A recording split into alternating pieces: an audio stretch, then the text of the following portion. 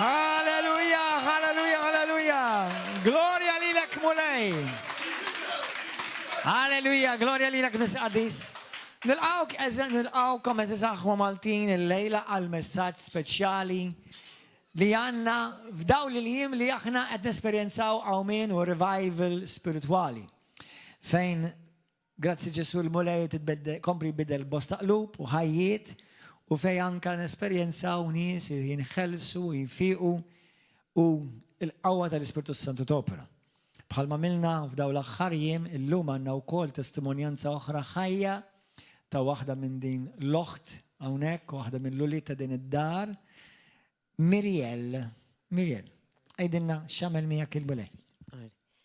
Mela bdejna l-fasting l-ewwel darba li s-sawm u fl-ewwel jumej xajt ħafna nuts u seeds insomma u kilt is-sunflower seeds u ma kelli reazzjoni qawwija għalihom. U bdejt ġismi beda jitla li dbabar ħomor u da. U kienet għada majl l-ħagġa u jisni jina peress li ners, jisni moħħi man l-ewel, jisni insejt il-qawwa li għanna fil-mulej aħna għal-moment, jisni battu għattara għani zirtek. U s-soltu meta ġili kelli xie allergic reaction da bizzirtek man l-ewel taddili. Insomma, u di ħadd iżirtek jiena u beda għaddej il-ħin għandit nofsija u iktar tigrava bdiet.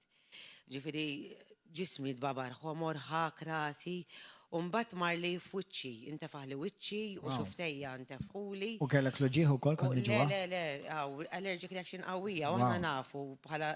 Ġieli kellek bħala di qabel? Qatt ma kelli gravi. Daqshekk gravi. U bħala ners naf li meta jintefulek ix-xuftej u jintefaħ il-wiċċ ħadd inżel fl-airway u tintefaħlek l-airway u tibda tifga mbagħad. Wow, Jesus. Insomma, u nżil fejda ġa kien jaħdem fil-garax u għatlu dak xinrani ħaqqata l-marelli kelli xuftejja daqsix biċċijek. U għatlu naħseb ħajkolli bżonn immur l-isptar għatlu għax naf li tittieħu injection u mbagħad fimt u tuħu ċertu fluids biex mħabba reaction insomma. Mill-lat naturali. U mediku. Mill-lat mediku qed ngħid. Eżatt, mill-lat mediku u naturali jekk jiġi. Insomma, u dak għalli għoret ħannitla għalli kienet jerfa l-affarijiet għalli u tlajt fuq u jiena ċin xinnajt ċimmur l-isptar. Jisni bdejt inħossni qed naċċettaħħat, le ma rridx naċċettaħħa din. Brava. U bdejt nitlob u bdejt ngħidlu mulej fejjaqni fisem Ġesu Kristu jiena mfejqa u bdejt nitlob bdejt ngħidlu nisħed din l-allerġija li għandi. U kont naf li għax bdejt is-sawm qisu l-għadu beda jipprova jattakkani ġew moħħi beda jgħidli qiegħda sew ara xi ġralek issa, fimt? U bdejt nitlob u bdejt ngħidlu nhar is-sibt ħa nagħmel testimonjanza fuqha u bdejt ngħidlu mulej grazzi talli fejjaqtni. Insomma u ma bdejx niftaħ għajnejja għax kont tal-biża'. Insomma, u bdew għaddew ftit ħin, hekk u mort qudiem il-mera u bdejt nara kollox jisparixxi u telaq kollox. Ġifieri naf li din ir-reaction li kelli suppost ġejt hospitalizina kieku dal-miraklu. Ġifieri inti temmen li ovvjament il-mulej fejq. Ovvjament li huwa miraklu. U inti taf iktar mill-lat għax taf li mill-lat mediku daw l-affarijiet ma jsirux. Suppost immur nieħu test u nġor medikament, ġor isa EpiPen miegħek U inti rajt il-tibdil ftit wara.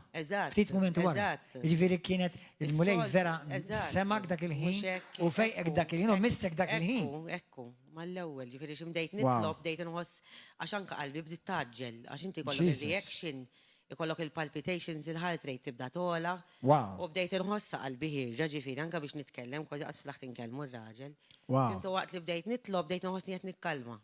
Gloria al-mulej. Kollox beda jisparixxi. Ġifieri kienet ċara, kienet attakk tal-għadu. Ekku, attakk tal-għadu, ġifieri żgur. Ħan saqsik mistoqsija xi ħaġa interessanti bħala.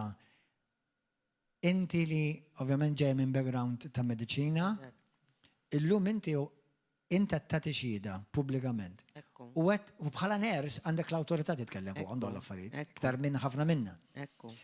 Ħafna minn nies ma jafux li ċertu mart ikun attakk diaboliku kontra tagħhom. Umbagħad jekk ikun attakk spiritwali tista' tieħu l-mediċina kollha tad-dinja għax mhux ħaddilek. Anzi, bħalma nafu anke fuq il-pakketti kollha tal-mediċina jibda jgħidlek is-side effects. Ġesu ħallilek xi side effects? Xejn.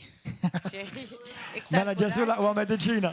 Jew iktar kuraġġ Għax il-sawm ġifiri laqqas naf li għaddew il-ġranet, ġifiri ta' s-sawm, s-soltu meta kont fil-Knisja Kattolika, kont namel ġurnata fil-ġimgħa l-kbira mingħajr ħelu għax jiena ċokaħolik kont, madnix issa. Kont kienet tkun ħattini razi, għax ma kellix l-Ispirtu Santu ġo fija, fimti? Ma kontx nistaportija ġurnata, u issa daw l-ewwel sena. U l-mulejtak il-grazzja, u tak il-qawwa biex tagħmel is-sawm. U rik. Ekku. Kemm il-mulej jridu dan it-tip ta' sawm? U li hu kbar mill-għadu. Alleluja. U l-mulej, u allura bla dubju ta' xejn, minn fejqek? Ġesu. Amen. Alleluja. Grazzi sister. Il-mulej komplu jużak. Grazzi Ġesu. Amen. Gloria al-mulej. Għaddaw kolla li jintom il-mulej fejjaqkom jew ikolkom testimonjanza ix-xerjawa. Il-mulej jissġilla dak li l-mulej għamel f'ħajtek, Mirjel, u daw kolla li jintom fiqtu jew għed fitxu l-fejqan jissġillawh bit-testimonjanza u bix-xida tagħkom. Amen. Ejja morru fi ktib tal-atti anzi ħanibdew l-ewwel u l-ewwel qabel kollox. Mill-ktib ta' Efesin u mbagħad imorru fl-atti u ħammorru xi passaġġi oħrajn. Mela, Efesin kapitlu 6. Efesin kapitlu 6. Illum ħankellimkom fuq messaġġ bħal mettillaħ għal-bieraħ naqra perikolus. Daqxej perikolus. Perikolus speċjalment għall-għadu. Mela, Efesin kapitlu 6 titkellem fuq l-armatura spirituali, però irrid norikom li waħda u parti mill-armatura spirituali li ħafna drabi ninnota li l-Kristjani jaqbżuha għaliex jaslu sa tarka tal-fidi u pratikament jispiċċaw sa vers 19 fejn mbagħad jgħidlek ilbsu l-elmu tas-salvazzjoni u taqbdu x-xebra tal-Ispirtu li hija l-kelma tal-Alla. U jifqu hemm, però hemm biċċa oħra mill-armatura u ħanfakkarilkom itolbu dejjem fl-Ispirtu. Dik hija parti mill-armatura. B'kull xorta ta' talb, kulħadd jgħid b'kull xorta ta' talb. U f'kull ħtieġa f'dak kollu jkollkom bżonn, issru fih bla ma tifqu u jtolbu għal ħtiġijiet kollha tal-qaddisin, jew għal ħtiġijiet tal-qaddisin kollha. Pratikament hawnhekk qed jgħid xi ħaġa interessanti u li ħadd titgħallmuha għal dawk li ħadd għamlu l-kors il-ħajja ta' talb, Life of Prayer, għal dawk li qed issegwuna. Ġimgħa d-dieħla jibda kors li nħeġġitkom jekk tixtiequ anke jekk m'intomx parti mir-River of Love, tistgħu tiġu tagħmlu dan il-kors. Tistgħu tapplikaw ibagħtulna SMS u tistgħu tiġu dan il-kors. Il-ħajja ta' talb, jew Life of Prayer, u hemm ħafna xi dal fuq talb. Però waħda mill-affarijiet li nitalmu minn dan il-vers hija li hemm diversi tipi ta' talb. Qed tifhmu? Mhux ħafna drabi aħna ngħidu ħanitlob jew nitolbu. U ma jirrealizzawx bosta, llum il-ġurnata naf li ħafna minnkom tafu d-differenza x'għamiltu l-courses u tallimtu studjajtu. Imma mod ġenerali ħafna mill-insara ma jafux li hemm bosta diversi tipi ta' talb. Hemm it-talba tal-fidi, talba tal-konsagrazzjoni, talba tal-dedikazzjoni, talba tal-qbil, agreement, talba ta' interċessjoni, talba ta' ringrazzjament, talba hemm bosta talb. Dak semmejtukom as-seba', talba bl-ispirtu, talba tal-lingwi. Sewwa? Hemm bosta talb differenti. U hemm talb li titlob darba bih, jew titlob darba, m'hemm talb li titlob regolari. U llum ħatkellem fuq talb partikolari li forsi ħafna drabi ħafna Kristjani fl-esperjenza tiegħi ma jafux bih. Di tista' żżida fil-kors. Intom dawk li talmu il-kors tat-talb żiduha fil-kors. u jattalb fejn inti titlob biex Alla jagħmel ġustizzja. Jagħmel ġustizzja. Ħalli norikom morru fi ktieb ta' Luqa, kapitlu 8. Luqa 8. Kemm il-darba aħna smajna talb diversi, tipi diversi u l-importanza ħanejt il-basic, just in case għal dawk li forsi qed jarawna l-ewwel darba, ħanejt naqra l-basic. Il-basic huwa li meta nitolbu dejjem titlob il-Alla l-Missier, dejjem fl-isem ta' Ġesu, dejjem bl-Ispiritu Santu u dejjem bil-fidi. Mela jekk ma titlobx bil-fidi, ma jinstemax. Jekk ma titlobx f'isem Ġesu, ma jinstemax. Jekk ma tindirizzax il-Missier, ma jinstemax. Hemm talba oħra li tiġi tmien waħda li qed naħseb bħalissa, it-talba tal-kmand. Meta tikkmanda. U hawnhekk ukoll fejn ħafna Kristjani ma jafu xejn fuq dan it-talb, dak li inti mhux tikkmanda lil Alla, tikkmanda lil Għadu. Ħafna minn nies, inkluż anke Kristjani, jitolbu mulej neħħili din, mulej neħħili xitan, mulej neħħili di. Meta Alla ta' lilek l-awtorità biex tikkmandaħ inti jitlaq ix-xitan, tikkmandaħ inti jitlaq il-mart. Dak huwa meta inti titlob b'awtorità f'isem Ġesu Kristu. Amen. Halleluja.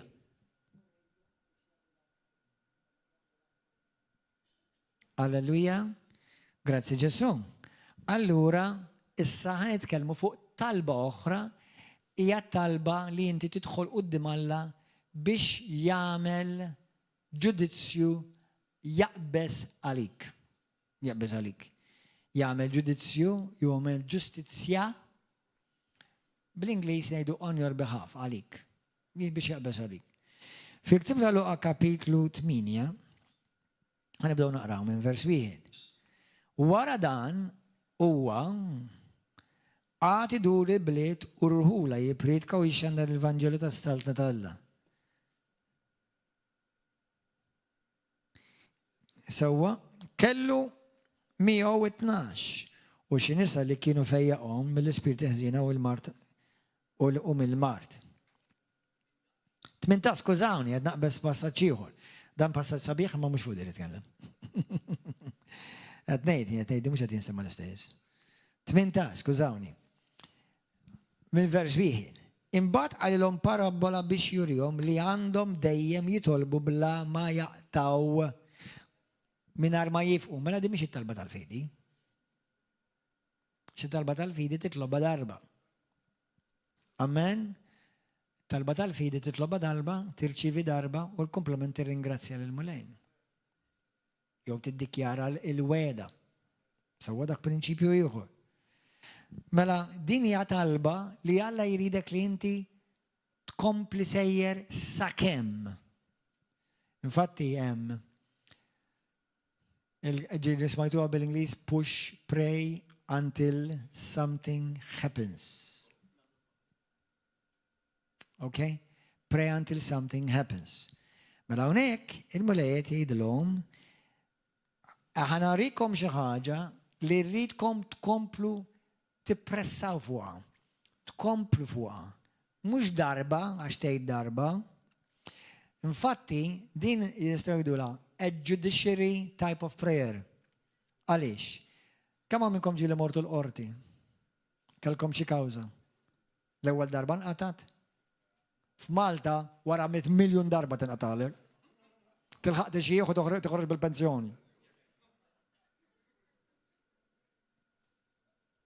Jekk ma tkunx ta' xi ras kbira, fil-każ dak narsez naqtaw tiegħek. U minn dawk il-miljun darba nofshom differita. Sorry. Kulħadd jaf li hija l-verità di. Sewwa? Mela din jiġifieri pratikament qegħdilkom di inti xi ħaġa li inti qisek qed tmur il-qorti u ħadd tkompli tippressa fuqha. Mhux darba.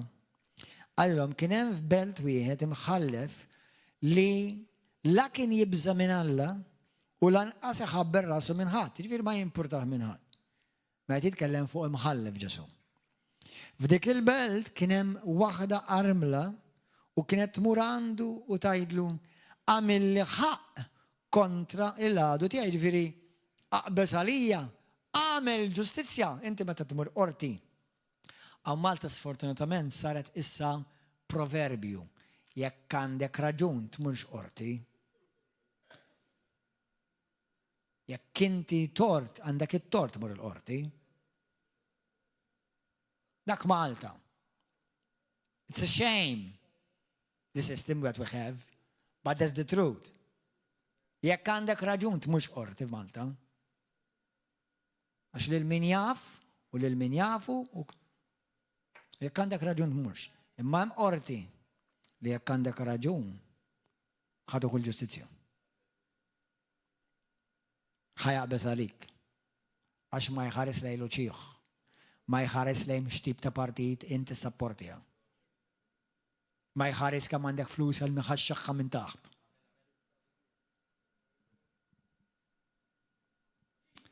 Halleluja, amen.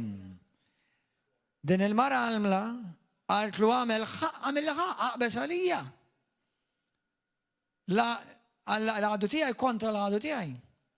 Dan li mħallef ħażin marriċ.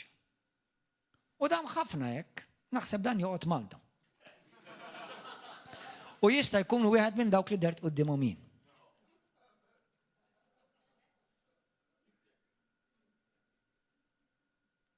U int. U marriċ, u dam ħafna hekk, iżda mbagħad bejnu u bejn ruħu qal, mhux għax nibża minn Alla, u vera ma jibżawx minn Alla. Vera ma jibżawx minn Alla. Ma xi darba ħajtwerru ta' ħajjiteżżu. Mhux għax nibża minn Alla qal da li mħallef ħażin, jew għax nħabber rasi pratikament għax jimportani x'jaħseb Alla u x'jaħseb din mara. Imma għax għall-inqas għal din il-mara dejqitni ħanamilha ħaq biex ma tibqax tiġi u sejra sa ma tifnini. Mela Ġesu hawnhekk qed jitkellem fuq l-imħallef mara li għandha kawża ġusta u għatmur għal-ġustizzja quddiem imħallef ħażin. Isma' ftit jgħid l-imħallef il-ħażin. Ġifieri, wara li dejqitu, wara li baqgħet tippressa u tinsisti, għamel ġustizzja miħħa. U ta' dak l-ħaq. Vers 7. Imbagħad Alla lill-mażulin tiegħu li jgħajtulu lejl u nar. Di mhux it-talba tal-fidi. Lejl u nar. Lejl u nar. Hemm affarijiet, hemm sitwazzjonijiet fil-ħajja tiegħek li inti titkompli titlobhom. Titkompli titlob quddiem Alla, tpoġġiha quddiem Alla dil ħaġa. Speċjalment fejn jidħol l-inġustizzja. Okay? Lejl u nar. Sejjer ma jagħmilhomx ħaq. Alla ġifieri taħseb li mhux ħajaqbes għalik u jiġġustifikak u jġiblek ġustizzja? Għad-dinja forsi inti tidher li ma saritx ġustizzja miegħek. Imma Alla ħajamel ġustizzja miegħek u ħajaqbes għalik. Se joqgħod itawwal magħhom. Jien ngħidilkom li malajr jagħmilhom ħaq. Imma taħsbu intom li bin il-bniedem se jsib il-fidi fuq il-art meta jiġi. Ġifieri, meta Ġesu jiġi, ħajsib nies li qed iġibu l-petizzjonijiet tagħhom quddiem l-imħallef ġust quddiem il-qorti tas-sema. Fis-sema hemm qorti aħwa. Hemm il-qorti fis-sema. U fis-sema dejjem issir ġustizzja. Imma l-mulej hawnhekk qed jgħid li jrid il-poplu tiegħu li jsir ħaq. li ssir ġustizzja u l-Kristjani dak li mġesum. Alla tgħidlek fejn inti għandek ir-raġun u fejn saret inġustizzja miegħek, kemm hawn minnkom ġieli kellkom saret xi tip ta' inġustizzja miegħek kolli dej. Nittalba għalik. U l-prinċipju għalik. Jekk saret inġustizzja miegħek. U l-mulejja jgħidlek irridek kompli iġġib il-petizzjoni tiegħek qudiemi. U tara jekk jien nagħmellekx ħaq. Issa bħal ma jgħid il-proverbju Malti li għadna kif ivvintajna aħna ta' River of Law. Jekk għandek tort, tmurx il-qorti. Le, sorry. Jekk, ovvjament inti bil-kuxjenza ma tistax mur qorti. Jekk għandek raġun tmurx il-qorti għaw Malta. Sewwa, imma jekk għandek ir-raġun, mur qudiem il-qorti tas-sema għax ir-raġun ħajtulek Alla. Amen. Imma jridek kompli poġġiel qudiemu. Titiġi u hawnhekk qed jgħidlek lejl u nar, ġifieri kontinwu. Ma sax tieqaf. Aħna għandna proverbju bil-madek minn żball jgħid il-bniedem iħallas fl-aħħar tal-ġimgħa, imma Alla ma jħallas fl-aħħar tal-ġimgħa, imma jħallas xorta. Alla ma jħallas kull ta' sibt. Amen. Alla ma jħallas kull ħallas, imma ma jfisser ma jħallas. U l-inġustizzja jara. U l-ħażin jarah. Imma fl-iskrittura teżisti prinċipju fejn Alla jħalli il-ħażin jippajlja. Konta ta' fuq? Jakkumula. Għaliex Alla li huwa tajjeb u ħnina u mħabba jixtieq l-ewwel qabel kollox il-bniedem jindem u jasal għall-indima. U għalhekk ridna dina u inti nitolbu Alla dewwa tagħna. Titlob infatti morru fi ktib ta' Romani 12. Romani 12. Vers 17. Troddu l-ħadd deni b'deni. Għalek xaħat jagħmellek id-deni, tagħmellux lura deni. Ħajkun ħsiebkom fil-li tagħmlu tajjeb quddiem il-bnedmin kollha. Jekk jista' jkun sakemm ikun ġej minnkom, ejxu fil-paċi ma' kulħadd sakemm jista' jkun minnek. Imma xi kultant issib li inti tipprova tgħix mill-paċi imma xi ħadd irid jiġi għalek il-problemi. Sewwa, u dawn fil-ħajja jeżistu. Jekk jista' jkun sakemm ikun ġej minnkom, int għejx fil-paċi. Diżgur li m'għandhom jagħmlu qatt il-Kristjani. Tivvendikawx ruħkom bidejkom. Eżistijaj. Imma ħallu l-korra talla tameli. Għax hemm miktub għalija l-vendetta. Ismawa, ma għax li mux ħassir vendetta. Għal ma ridekx inti tagħmel il-vendetta. Imma l-vendetta nġiba jien.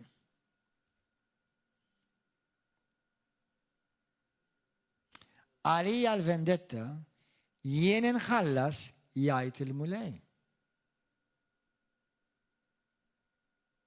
Jina u inti, irridu nitolbu għal dewwa, u dik nafuha ċara fi skrittura, nitolbu għalihom, u nitolbu għalihom biex kif ħajjajtaw minn ftit ieħor biex forsi jindmu. U meta jina u inti nitolbu għalihom, qed nagħtuhom opportunità biex qalbhom tirtab u bit-tjubija Alla li jaraw fik u fija, meta jafu li inti suppost qed tkun kattiv magħhom jew ittihom dak li ħaqhom wara kollox għax hekk ikun ħaqhom min jagħmellek id-deni u jweġġek u jkun kattiv miegħek ikun ħaqqu li inti tpattilu lura. Sewwa, imma Alla jippreferi li inti jgħidlek inti ma rridekx tkun vendikattiv, ma rridekx tieħu vendetta ħalli fedejja nieħu vendetta jiena. Inti xogħolok huwa dan. Inti sakemm jiddependi miegħek għejx fil-paċi. U jekk l-għadu tiegħek bil-ġuħ itimgħu u jekk bil-għaġġ isqih.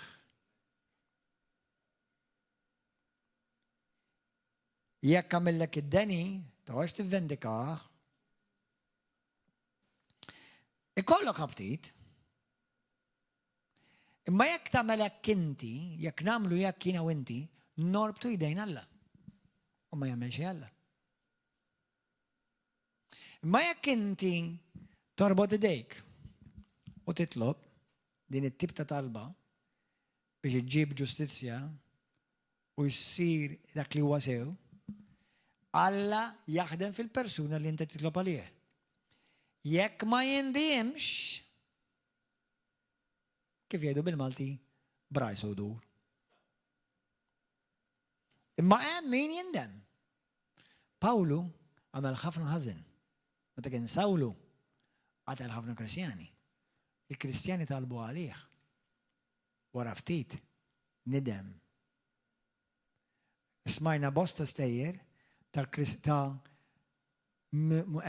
musulmani militanti, per eżempju, radikali, li kienu jaqtu l-Kristjani, talbu għal-jom il-Kristjani, derilhom Ġesu u nidmu. Dak li kun jixtieq il-Ġesu fl-aħħar mill-aħħar, Alla dak li jixtieq, dak l-Alla tagħna, l-Alla tal-imħabba u tal-ħnina. Imma ma taħsibx li ma jagħmilx vendetta ma dawk li jwebsu rashom u jgħidu le, ma rridx. Għax ħatarawha fl-iskrittura ċara. U mhux meta jmutu biss, qabel imutu. Imma jiena u inti nkunu nixtiequ għalihom li jindmu. Ġesu qed jgħid, meta inti tagħmilhom il-ġid, hekk tkun qed tagħmel, tkun qed qiegħed diġma ġamar jaqbad fuq rasu. Ġamar tfisser din hija proverbju ludi, tfisser li inti tkun qed iġġibu.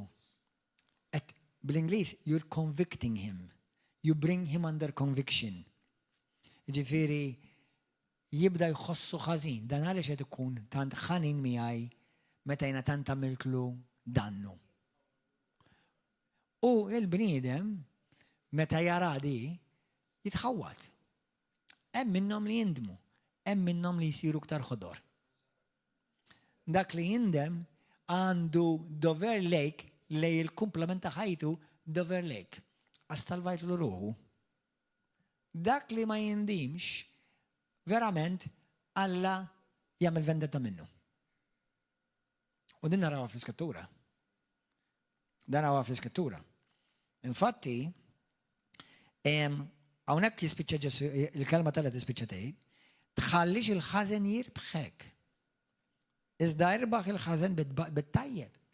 Kemm naf Kristjani li l-ħażen rebaħhom u anka marru jivvendikaw anka l-ħutom stess u jċemplu nies biex jivvalenawhom kontra tagħhom, jew kontra brother, jew kontra sister, jew kontra pastor. She's right, miskin.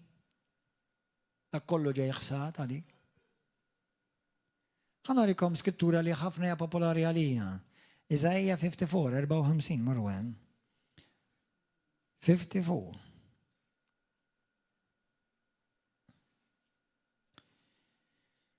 Ebda arma magħmula kontra tiegħek ma tiswa, ma tirnexxi. Kulħadd jgħid, ebda arma magħmula kontra tiegħi ma tirnexxi. U kull il-sin li jħaqqa kontra tiegħek toħorġu bħati. Alla qed jgħid li kull min jiġi kontra tiegħek, jikkundannak, jgħajrek, jakkużak fals, dak li l-sin Alla joħorġu kontra tiegħek ħati. Din hija x-xorti tal-qaddejja tal-mulej. Min għandi jieħdu r-raġun. Oraklu tal-mulej. Min għandi jieħdu r-raġun. Għanajlek fid-dinja ħafna drabi ma tuħux ir-raġun.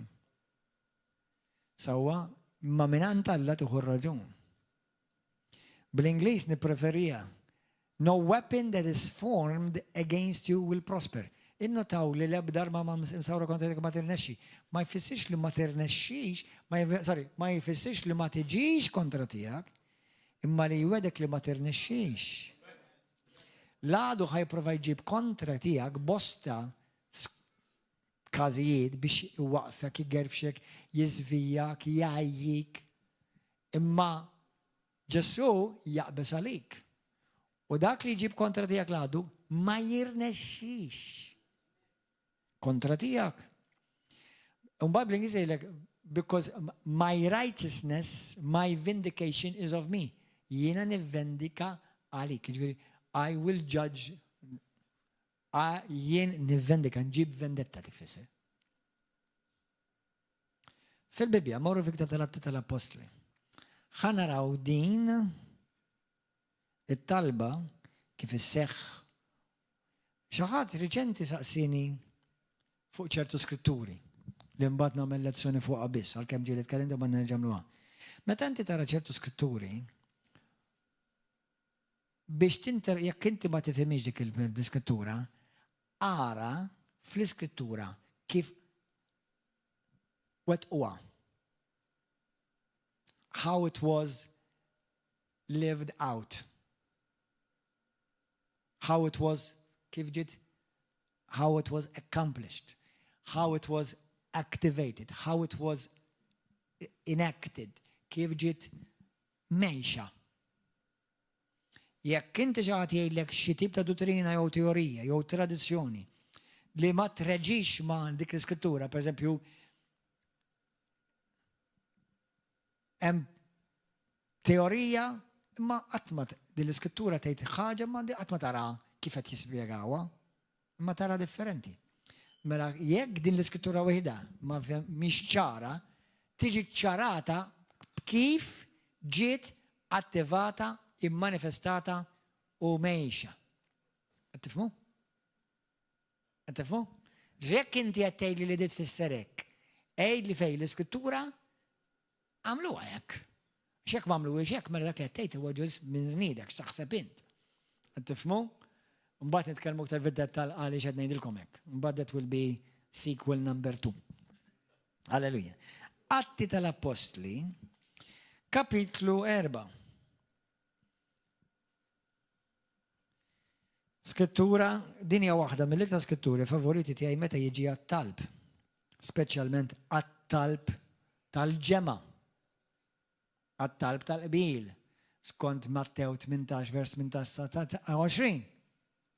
U kwa Ġesu jgħidilhom jekk tnejn, kwalinkwe tnejn, jew iktar, meta jitolbu u jaqblu fuq xi ħaġa fuq din l-art, flimkien issirilhom mingħand Alla l-missili u fis-smawiet. Tiddu taqblu flimkien, għalhekk meta intom titolbu flimkien, ma jistax ikun hawn jekk hawn 50 persuna jitolbu 50 oġġett differenti, iridu jkunu xi ħaġa komuni. It-talb dak li jgħidulu corporate prayer, timmaġina hekk. Inti għandek il-konduttur u għandek l-instrumenti differenti tal-orkestra. Ma jistax għax għandek 50 instrument kulħadd idoq xi ħaġa differenti. Irridu l-istess diska, l-istess ton, l-istess tune, l-istess mużika. Għax inkella jkun hemm konfużjoni. Sewwa, u l-konduttur iżomm l-unità, dik il-sound joħroġ bħala sound wieħed. Mhux ritmar ta' sounds li jkollok tal-aq wednejk għalih.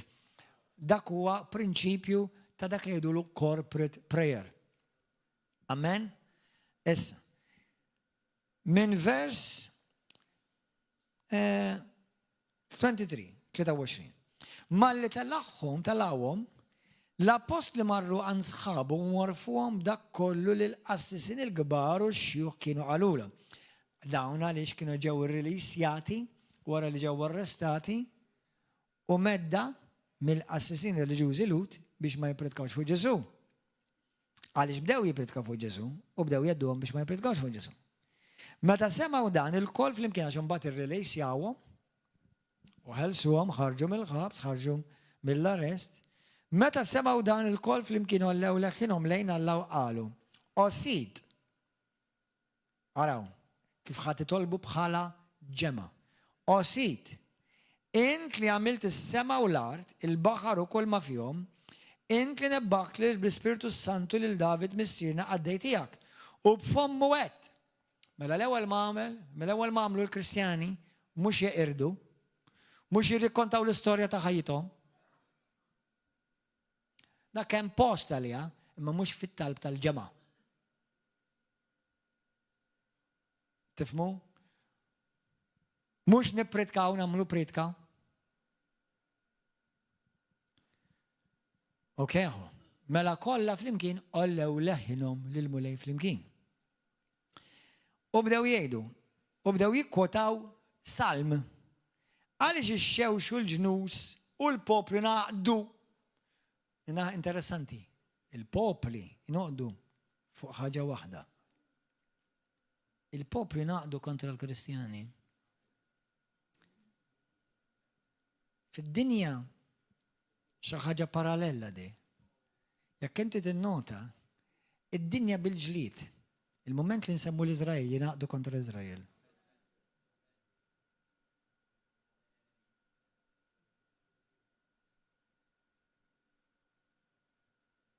Però l-istess ukoll kontra l-Knisja.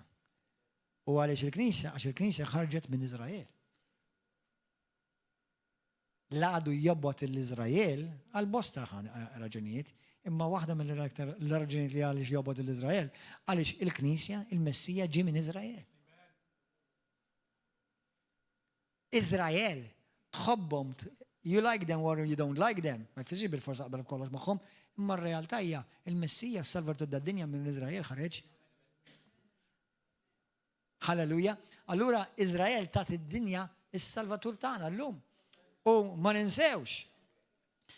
Inħobbu l-lut, inħobbu l-kulħadd wara kollox mhux il-lut biss. Imma il-lut huma dawk li bħal signa Ġesu Kristu wkoll kien ludi. Amen? Tinsawiex ta' ħafna ħseb kattolċi jaħsbu li Ġesu Kristu kien kattolku. Infatti, tidnejdukom ħaġa qas kien Kristjan. U la kien kattolku qas protestanti u ortodoss. Aħna nisejħu Kristjani fisser ta' Kristu. Amen. Halleluja. Il-ġnus u l-popli naqdu konfoffa kont ħaġa waħda għal xejn. Gloria għal mulej. That's good news. Did you know that? Anka jekk naqdu l-għadawa kontra tijak, għal xejn ħajnaqdu dawn. Għax jakkalla għamija. ħadd ma jista' jirnexxielu u xejn ma jista' jxernix kontra tijak. Halleluja! Gloria lil mulej. Li qed jagħmel l-għadu qed jiġma' u jakkumula. Ġejja vendetta li ġejja minn Alla.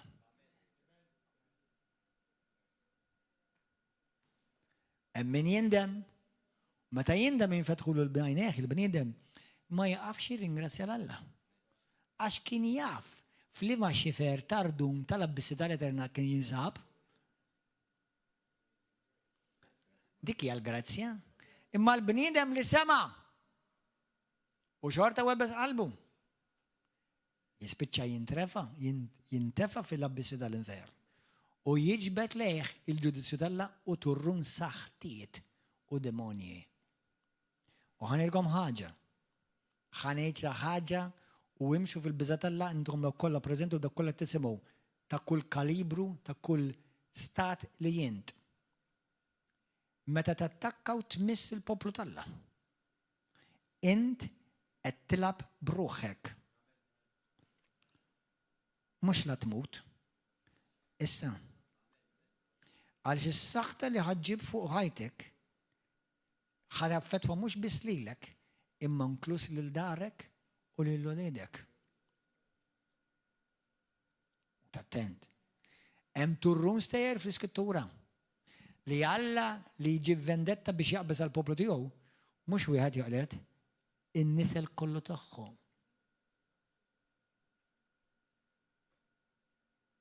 Il-familja sħiħa, he wipes them out of history. Do not touch the apple of God's eye.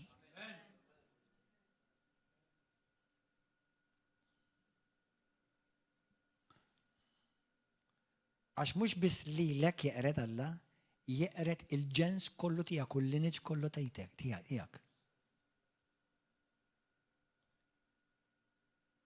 Alla li naqdijin ma tbiddilx. ċertu affarijiet għadu sar jiddilja magħhom b'mod daqsxejn differenti llum minħabba Ġesu Kristu. Imma min ikun tant arroganti li anka l-Kristu jispiċċa jrid jiżżuffjetta bih u jobżoqlu f'wiċċu u jiżżuffjetta bis-salib, bl-Ispirtu Santu, bil-kelma talla u bin-nies talla li huma mixtrija bid-dem prezzjuż ta' Ġesu Kristu, ħanejdlek qed tipprepara post riservat fl-abissi ta' turmentu terrura l-eternità li ma jispiċa għad.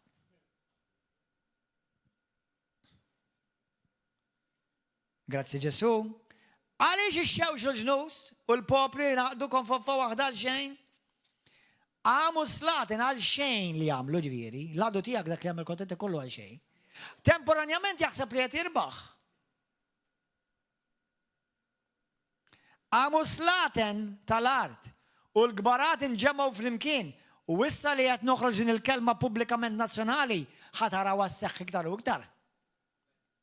Because for something to be released into the atmosphere of a nation, someone with that calling has to release it. So fear God. This is a day of no turning back for this nation. And I speak prophetically and apostolically.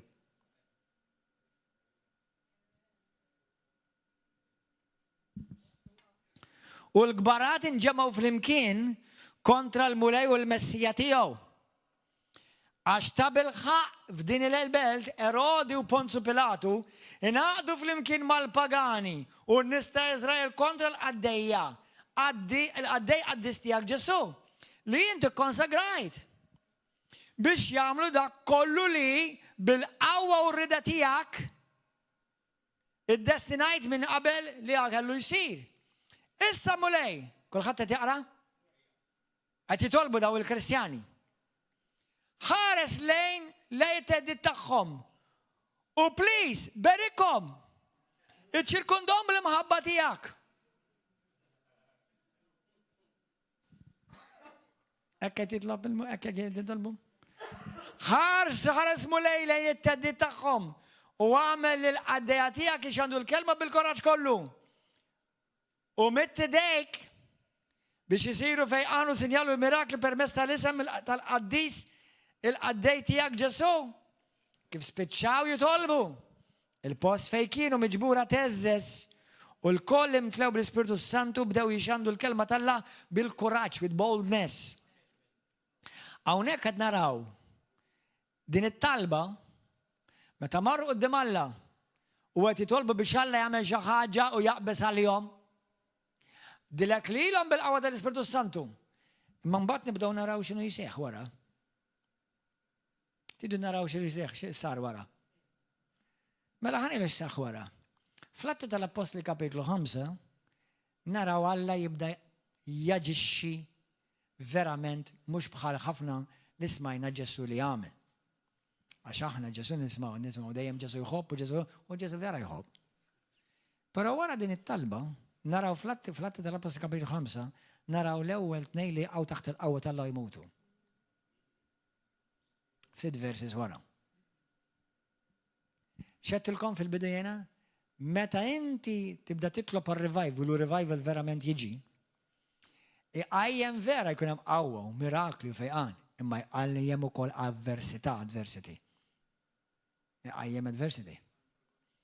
Antagonizmu. Iqajjem li l-għadu.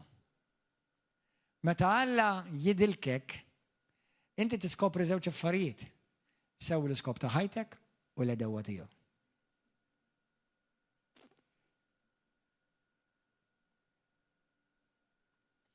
Għax id-dilka tal-Ispiritu Alla fuq ħajtek, fuq knisja, fuq moviment, fuq persuna, tirrita u tesponi l-għadu.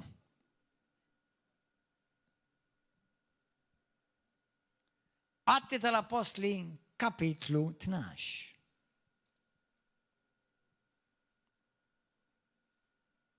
Atti 12. Halleluja.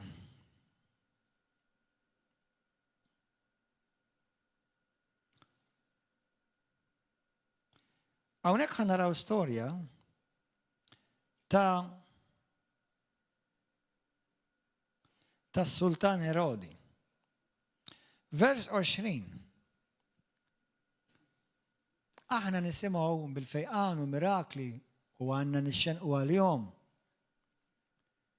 U meta inti titlob biex Alla jagħmel ġustizzja miegħek, ma titlobx biex Alla joqtol tal-ħadd. Jew weġġa l-ħadd, anzi pjuttost li jaħedna l-jom jiftħulhom għajnejhom. Ma bħalma tnejdu. Hemm minnhom bħalma għamel Sawlu. Sawlu kien ibla ħasra. Sawlu x'għamel? Sawlu Alla ma ċaħdux x'għamel żball ta'. Sawlu għamel 1100 żball u qatt ma nidem u kompra ġustifika li nefsu u spiċċa jgħira l-qaddej tal-la u ħafna fed oħrajn.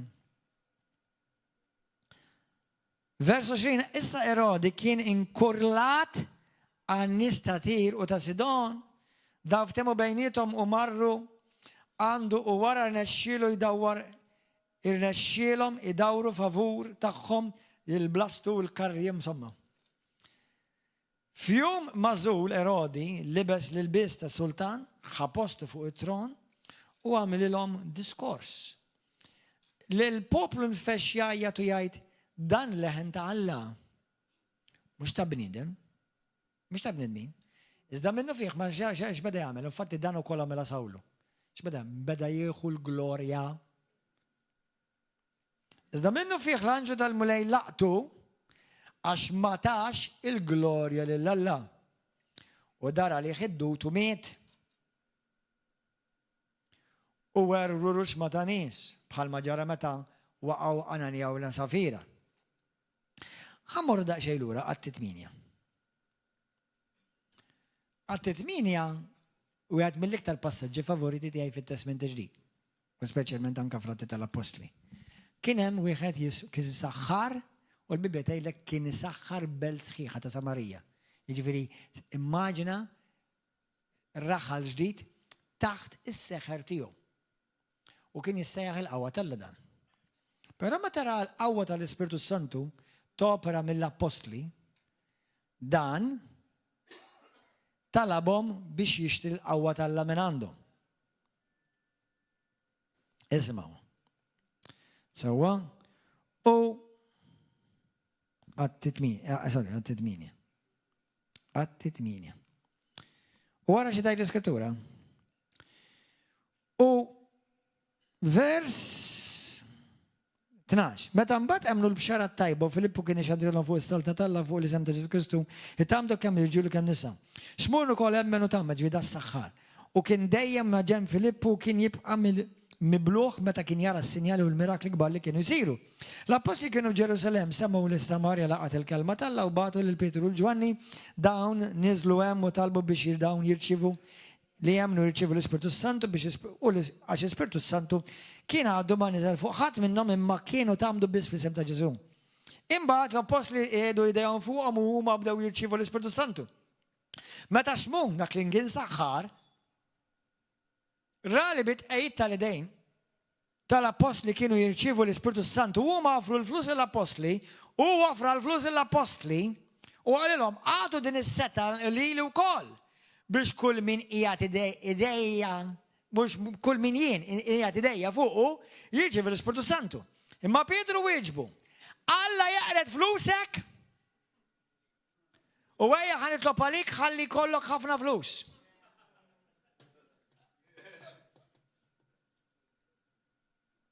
Ara Pietru, il-kap tal-Knisja Kattolika Rumana, kif talab?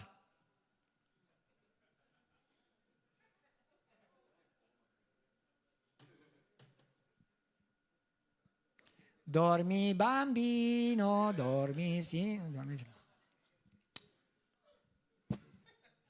Help me, Lord, help me have mercy, Father.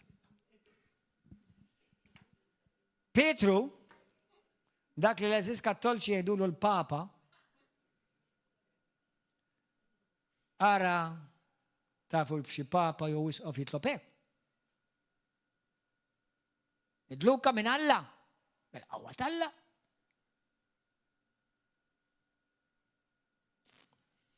Alla jeqret flusek. Intek jitlob ekkek jgħalmek Ġesu. Intek kellimkom il-pastor.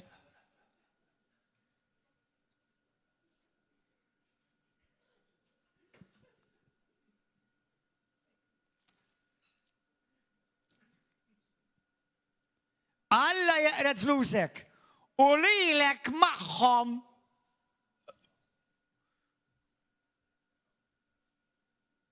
Mela, la darba ħsibt li bil-flusek tista' tixtri d-don tiegħu. Int m'għandekx taqsam f'din il-ħaġa u m'għandek ebda jettalija qalbek mhijiex sinċira quddiem Alla. Indem minn dan il-ħażen tiegħek. U ejja mill-aktar fis possibbli.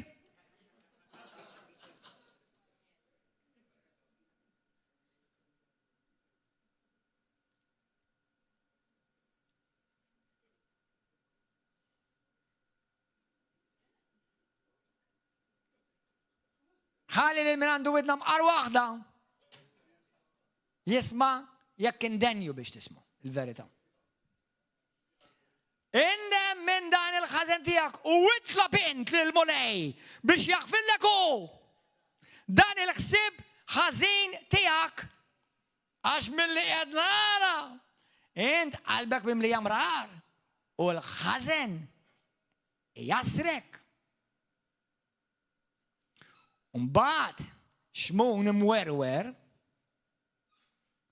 itolbu intom għalija lil Mulej.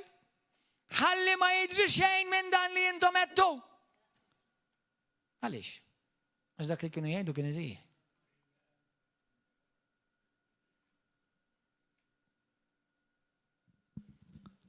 Amen? Issa morru fl-Atti tal-Apostoli 13. Dan huwa talb mhux tas-soltu. Xettilkom dan huwa talb perikolus. Però l-Knisja għandha bżonn titlob hekk. Tidnejlek għaliex? Knisja Kattolika semgħu sej. Illum għaddi kif rajt artiklu fuq proposta tal-liġijiet li ftaħru bikom li intom mettu xejn. Liġijiet li jridu jgħalqulkom ħalkom, però lilkom ma tantx ħalkolkom ġlied, sfortunatament, għax ma tantx il-fħuq ħalkom fil-veru tal-kelma fuq ċertu affarijiet. Nemmen li mhux kulħadd għax nemmen li hemm bosta kattolċi li jħobbu lilha, imma hemm ħafna leaders. Sorry, you're cowards. You don't speak the truth. Però anka evanġeliċi tara ma tħobblux raskom. U protestanti daw daqshom jew ħafna wxud minnhom għar.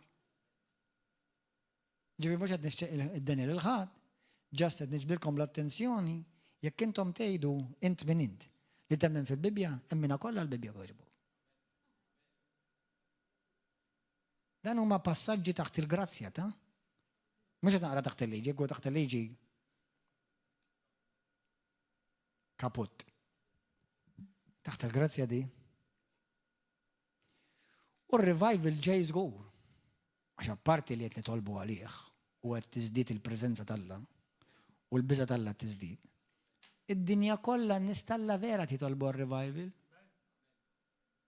U qed jiġi profetizzat madwar id-dinja kollha minn bosta profeti talla li Alla ħajġib revival. U jekk iġib dak ir-revival li qed nitolbu għalih u forsi probabbli ħafna iktar minn nistgħu nimmaġinaw. Il-Knisja ħa tonqos minn lat u tikber minn lat ieħor.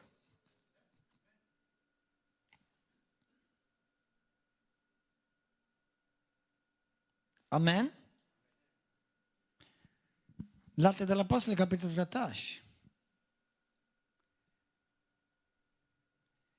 Il-Knisja ta' Kristu ġenwina, l-arusa tbaqbaq biż-żejt, ma tfittix li toġob il-bniedem, ma toġob il-Alla. Infatti il-Mulej imkien ma jikmanda lin-nies talla, l-profeti tiegħu, il-qaddisin tiegħu, l-apostoli tiegħu, il-pastors tiegħu biex jippruvaw b'xi mod xi darba joġbu lill-bniedem. Ħobbu l-bniedem iva. Imma tittoġob dejjem l-Alla.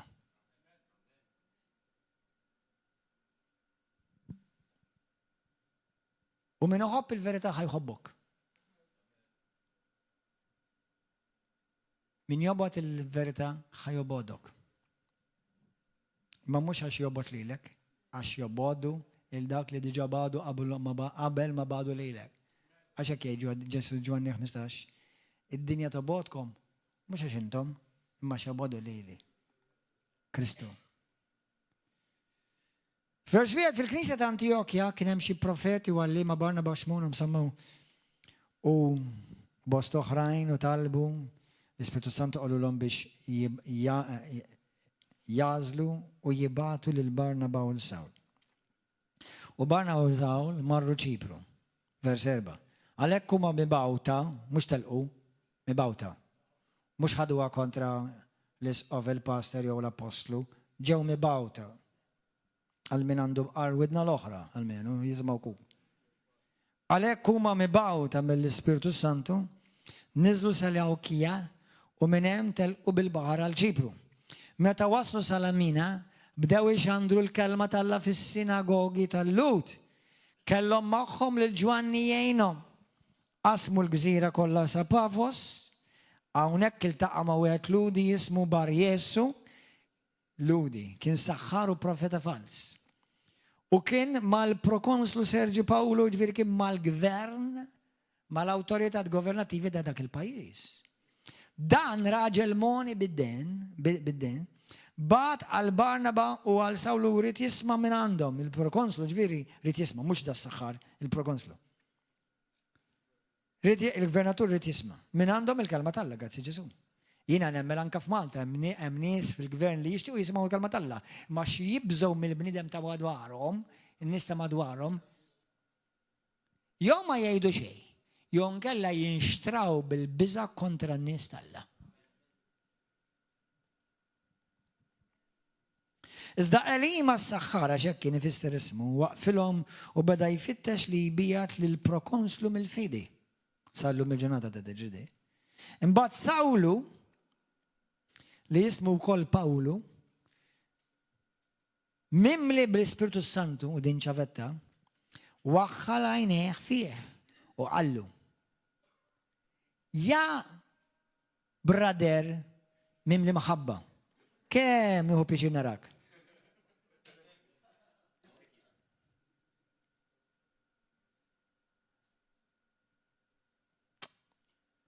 Ħanedkom aħwa, l-apostli kienu jitkellmu hekk u l-Knisja kibret.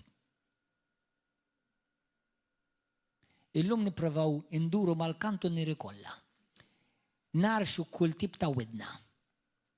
U l-Knisja tiżvojtja. Mhux dil-Knisja. Għax il-Knisja tintela u tiżdied ġimgħa wara ġimgħa. Illum għandna 3 services, ftit ieħor jkollna 4. U ftit ieħor ikollna 5, u ftit ikollna 1 kuljum, u ftit ikollna 2 kuljum. Bil-fors. Because that's where we're heading, revival.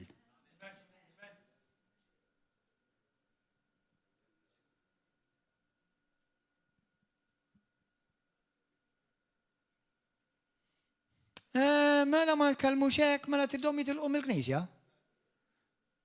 Dan it-tip ta' pritkar jiddixxerni minnu vera msejjaħ minn Kristu. U minnu qiegħed hemmhekk biss tradizzjoni għax huwa mdarri għax ta' drawwa.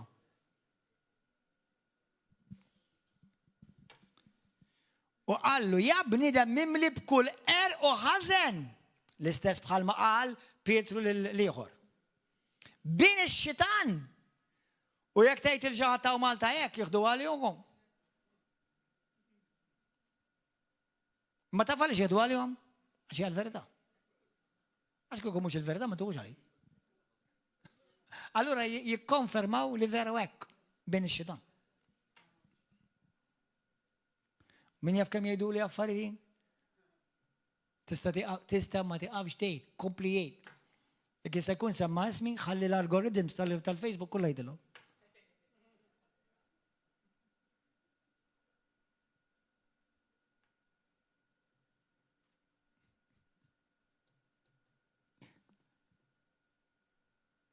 When God is for you, God turns everything that seems to be against you towards your favor.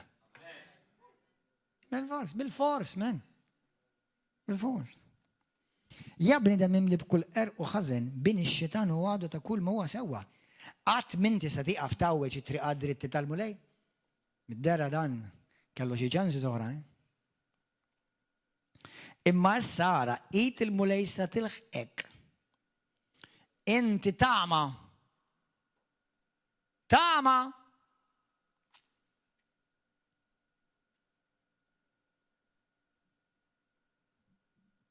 u għal xi żmien ma tarax id-dawl tax-xemx. U minnu fih waqaf fuq il-ġbar u dlam u beda jdur jfittex lil min imexxih minn idejh.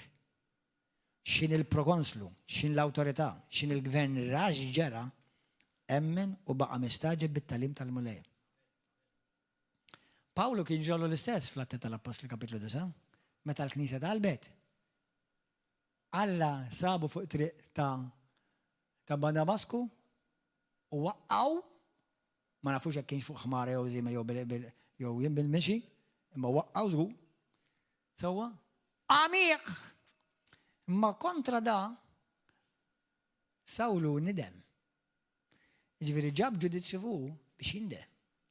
Ġab ġudizzju li sarraf għall-indima. Alla għadu jagħmluhom dal-affarijiet. Fuq l-internet, fuq il-Facebook u l-YouTube, hemm turrun ta' testimonjanzi, nies min iżżovjattaw balla u Alla tom ċansu nidmu teġ kemm iddispjaċihom wara. U teġ kemm irringrazzaw l-Alla li Alla tom ċans ieħor. U hemm nies oħrajn li tarhom jaqgħu taħt il-qawwa tal-Alla u ma jerġgħux iqumu l-oħra għax ikunu mietu. Laqathom Alla. U llum peress li l-video u kameras huma kullimkien, illum hemm bżonn timmaġinhom tista' tarhom kollha video saw l-affarijiet. Għax Alla aħna naqdu Alla tal-eżerċti. U ħanejdilkom xi ħaġa, morru fis-Skrittura Galatin kapitlu 6 malaj, u ħaniqavaw u nitolbu. Il-qawwa tat-talb tal-poplu tal-Alla. Galatin 6. Spiritu Santu. Itallimta xi ħaġa ġdida llum? Ħanejlek il-mulej huwa mimli ħnina. Mimli, għalas, kummu xekk kiku aħna, kollha kemm aħna u d-dinja kollha. Id-dizindigra. U jkun qed tkun ġust. Imma simgħu. Twebbis qalbek u twebbis rasek. Hemm bosta li semgħu l-Vanġelu. Nistalla kienu ħnina u grazzjużi magħhom. Ma baqgħu kattivi, baqgħu arditi, baqgħu mimlija gburija u qed tiġma' għalik ġudizzju ta' turrur. U saħħtiet fuq rasek u fuq familtek u nislek. U tattent. Aħna m'għandniex għalfejn nitolbu li Alla jagħmel xi ħaġa, aħna nitolbu tagħmel il-ġid, imma jekk huma meta aħna nitolbu biex Alla jagħmel ġustizzja lina u jara li qed ikun hemm inġustizzja kontinwa, Alla fl-aħħar mill-aħħar żekk issa. Daqsib. U tattent. Galatin kapitlu 6, Skrittura min jaf kemm il-darba rajnija. Vers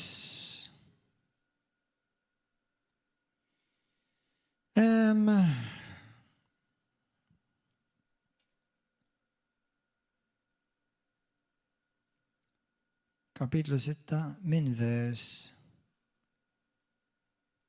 Galatin 5 sewa. Bl-Inglis tgħidlek, for God will not be mocked.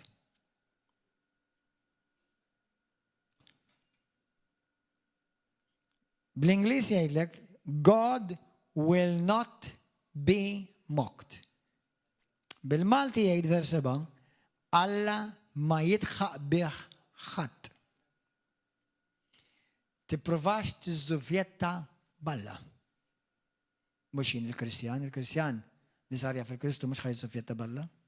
Xi ħadd li moħħu ġie ħajġekjat minn Satana li minn għalih li huwa bully u li wara ftit isib ruħu trapp jew f'sedda ta' mart li ma jfiqx. U jekk isejjaħ il-ħnina tal-Alla, Alla juri ħnina miegħu jew magħha. Imma jekk tibbes qalbek u tiġi u tmiss il-mimmi tal-għajnejn tal-Alla, qed tiġma' lik ġudizzju ikraħ għax Alla mhux ħajder inġust quddiem il-qorti tas-sema.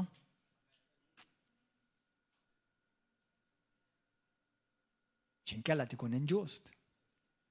U Alla l-ġustizzja jagħmilha. Il-vendikazzjoni jagħmilha. Naf li sema naqra beżak li, imma tajthom l-Iskrittura. Jien nivvendika ruħi minnkom għalikom ġifieri, imma intom tagħmlu hekk, intom għamlu jitolbu għalihom xorta, intom jitlob għall-edewa tiegħek, mbagħad ħalli f'dejja. Hemm minnhom ħajjindmu u jkun grazzi għalik. Hemm minnhom ħajjintilfu, jiżraw s-saħta fuq rashom u jkun kollu għax dak li huma żraw ħasduh. Għax Alla mhuwiex inġust li ma jagħtikx ċans, turrun ċans iżidik. Hawnhekk jgħidlek ma jitħaq biħħatt l-Alla, Alla mhux ħajħalli lili u lilek mhux lilu lilek għax isaħna wliedu. Imma l-xuħud li jippruvaw jiżżufjattaw u jabbużaw takkumulax ġudizzju tal-Alla kontra tiegħek. Għax ħadd wara ħadd tasal ta' kulħadd. Għal-Kristjan hemm il-ħniena aħna li l-Skrittura tgħidlek Luda 10 sew vers 23, Lut 4 vers 14 hekk minn se żball, fejn tgħidlek aħna nasqu lejn tron tal-grazzja biex aħna naqilgħu ħnina. Anke l-Kristjan għandu bżonn ħnina. U għal-ħnina hija dejjem lesta għalik u għalija. Għalhekk inti u jiena neħfru lil min weġġana ħalli dak li ġej għall-għadu ma jiġix fuqek għax jiena u inti irridu l-ħnina. Allura nuru l-ħnina. Il-ħnina jiena u inti nurruha min mhux ħaqqu. Imma meta turi l-ħnina u turi tjubija tiġma ġmamar fuq rasak li jkun jiġifieri hopefully bil-grazzja tal-Alla jiddispjaċih. Dak li jkun jiddispjaċih.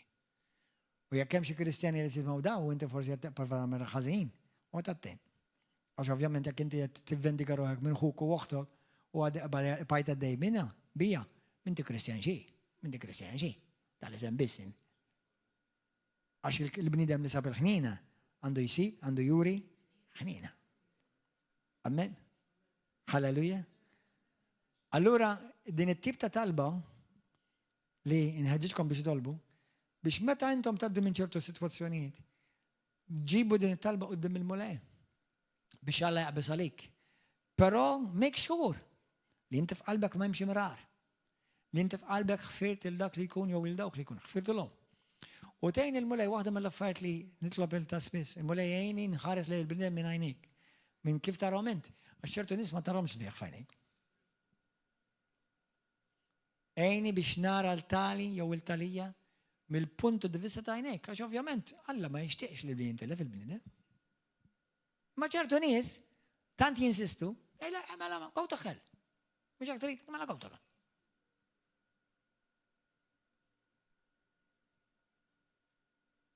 Alla ma jibad ħadd l-infern, imma jekk tinsisti jħallik tmur. Ovvjament mhux intom għax intom nies u li Alla l-lum iġġan ngrasaw l-Alla bil-grazzja tiegħu. Imma hawn nies u rajnihom fuq l-internet, nies jiżżufjettaw balla. Nies minn għal-jom li Alla tibża minnhom. Kemmu bla il-bniedem, kemmu bla il-bniedem għajt. Biex inti u persuna uman jaħseb li inti tintimidaħ il-Alla, tkun vera delusional. Ma tafx li Alla kull ma jagħmel anke kif faqqa subajh, inti ssir irmiet tiddiżintegra. Laqqas tilħaq tgħid la tal-amen.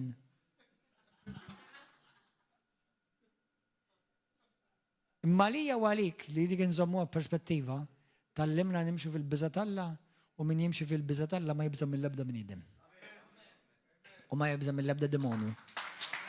Amen, halleluja. Halleluja. Kien daqsxejn heavy duty llum il-messaġġ. Grazie Gesù. Grazie mulej. Ejja nqumu. Partu. Amen. Gloria lilek mulej. Kun infaħħa li sem qaddis tiegħek Ġesu.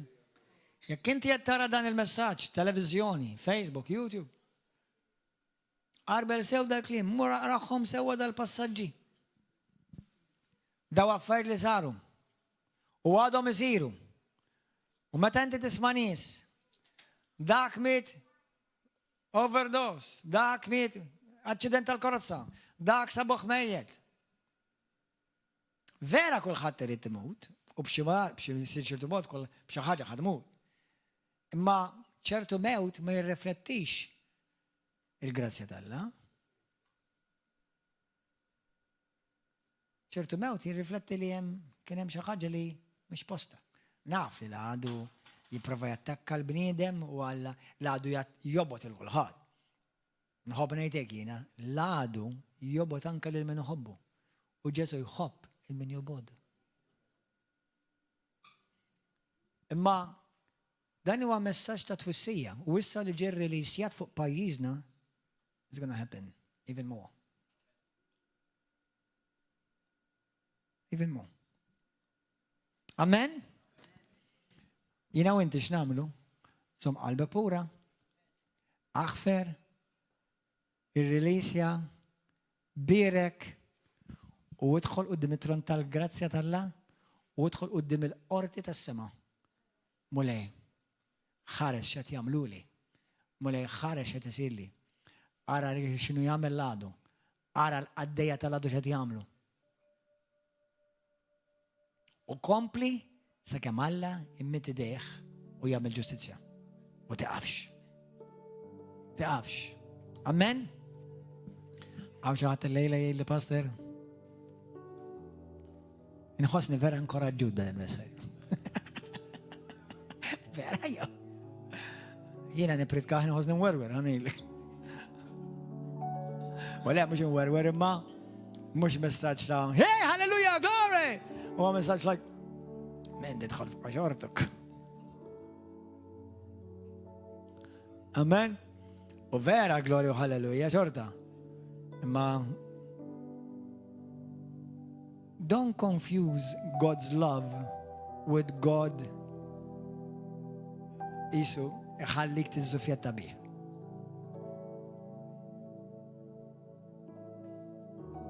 Tkunx blaħ, tkunx bela. Wissi bimħabba. Wissi bimħabba. Amen? Apparti li l-bnidem li mandux l-Alla jgħid fil-periklu tal-infern, il-bnidem li jgħix fid-dnub u ċaħad il-Kristu għandu fil-kumpanija tiegħu id-demonju ta' kontinwament. U d-demonju m'għandux affarijiet sbieħ lesti għalik, da? Ftakarx għal Ġesu. X-xitan jiġi bħal ħallil biex jisraq, jkisseru biex joqtu. Ma Ġesu ġi biex inti jkollok il-ħajja u l-ħajja bil-kotra.